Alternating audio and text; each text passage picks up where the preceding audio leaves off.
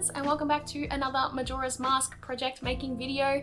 We are now up to the 23rd mask of the series and the last collectible mask, not including the Fierce Deity. This is exciting because there is only one mask that this mask could possibly be, and thanks to a few of your comments, this one actually wasn't too requested. The 23rd mask of the series will be the Giant's Mask.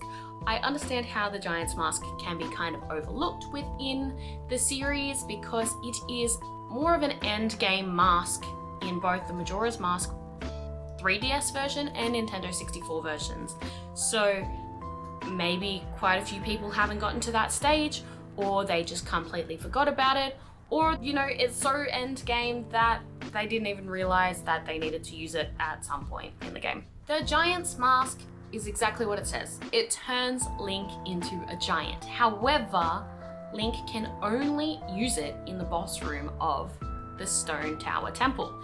Now this is against Twin Mold, the big boy, and in the Nintendo 64 version, it is found in the Stone Tower Temple in a treasure chest after defeating an Igor. While in the 3DS version, you actually get it in the middle of the boss fight against Twin Mold once you defeat the blue Twin Mold. So then Link has the opportunity to use it again. I don't understand why they changed it within the games. I actually haven't done any research on this, so it doesn't make sense to me why they changed the location. But because it's such an end game mask, like I said, I feel like this one is quite overlooked and quite forgotten about. It is a very unique looking mask and I am very excited to get to making it though. So I hope I can do it justice. And my plans for it, basically mask base, foil, foam clay, hot glue. I don't think there's anything else I really want to do for this mask. It looks like it can be shaped quite easily with foil and just building up on the mask base that I have. Will I make it be able to be see-through? I have no idea. I'm gonna say probably not, because there's no black holes around the eyes. So this one probably won't be see-through, but I do want to get it as close to the design as possible. And I also feel like I can maybe use a soldering iron to kind of press cracks into it along the bottom where the mask has some cracks around the mouth. Now, I think that's it. This doesn't need to be a massive intro for this mask. So thank you all so much for listening to my yapping. And without further ado, I'll let you guys get to the mask making. Like I said in the introduction, I grabbed my mask base and the first thing that I wanted to do was cover the eyes with masking tape. There was no way that I was going to make this mask and be able to see through it, so it was my only option at this point. I did also realize that I didn't like the size of the mask base that I was using. The mask bases do come in two sizes, so I opted to grab a bigger one and covered the eyes on that one again instead.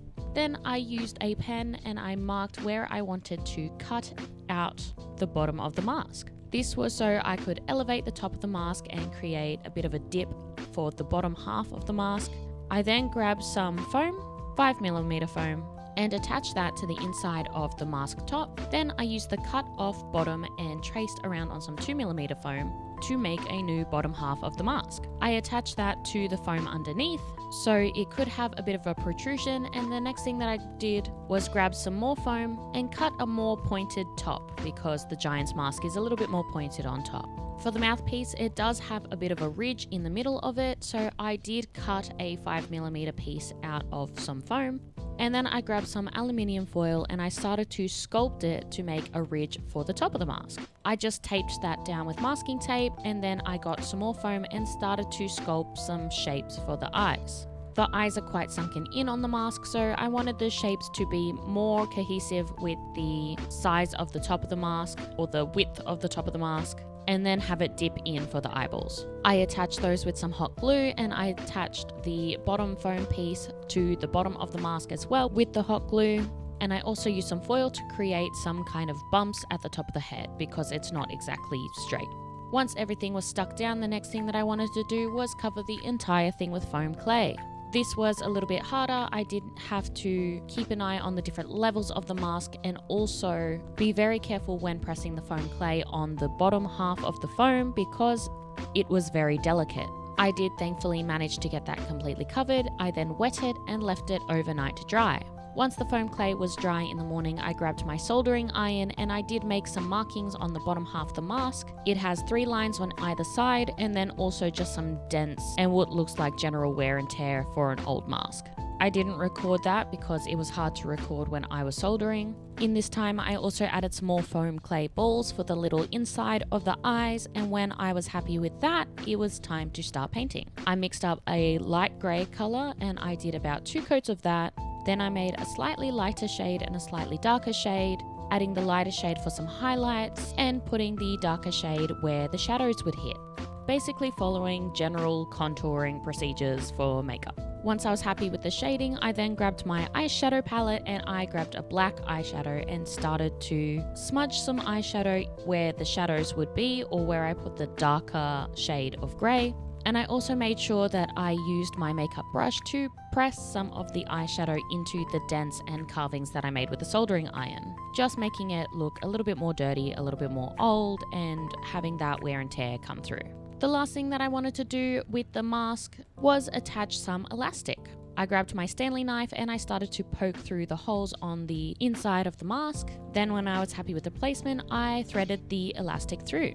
Here's me trying on the giant's mask. Unfortunately, I did not turn into a giant. However, how could you know? Maybe this was a giant house.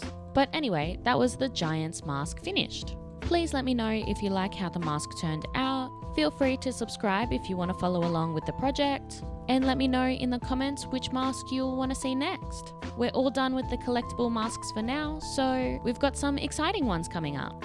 Thank you all so much for watching, and hopefully I will see you in the next video. Bye bye!